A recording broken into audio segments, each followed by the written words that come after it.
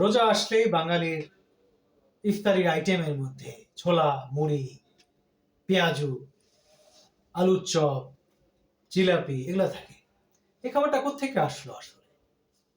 আসলে এই খাবারটা অনেক দেশের খাবারের সম্মিলন বলা যায়।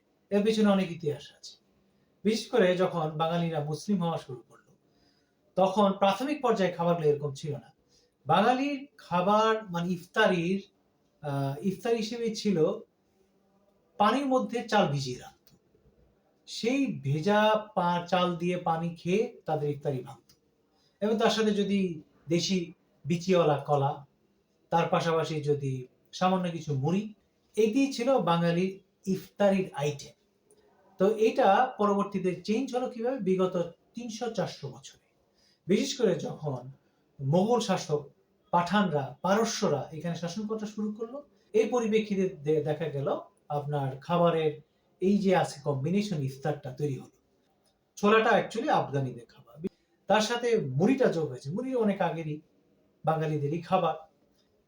পেঁয়াজু আর হচ্ছে আলুর চপটা এসেছে উত্তর ভারত থেকে, আপনি উত্তরপ্রদেশ, দিল্লি থেকে। তার পাশাপাশি জিলাপিটা এসেছে পারস্য, ইরান থেকে। তার পাশাপাশি হালিম মোগলদের খাবার, মানে সেন্ট্রাল এশিয়া এই জাতীয় বা আফগান কেন্দ্রিক ঘেঁষা এই যে খাবারটা, গম দিয়া, বিভিন্ন ধরনের ডাল দিয়ে, মাংস দিয়ে, লেবু দিয়ে একটা যে খাবার, এটা এসেছে আপনার সেন্ট্রাল এশিয়া, আফগানিস্তান থেকে। আর বিরিয়ানি তো অ্যাকচুয়ালি এসেছে ইরান থেকে। তার সাথে খোরাসানি পোলাও এসেছে যখন শাহ সুজা এখানকার সুবেদার ছিল, তাদের সাথে কয়েকশো শিয়া পরিবার এই ঢাকায় আসে, তাদের মাধ্যমে এই খোরাসানি পোলাওয়ের আপনার গোড়াপত্তন ঘটে। এই বিভিন্ন ধরনের খাবারের কম্বিনেশনটা মোটামুটি ১৫০ কি ২০০ বছর আগে সুন্দরভাবে একটা সম্মিলিত একটা প্লেটে জায়গা নেয়। এর আগে মানে ২০০ বছর আগে এই প্লেটের সম্মিলনটা ঘটেনি।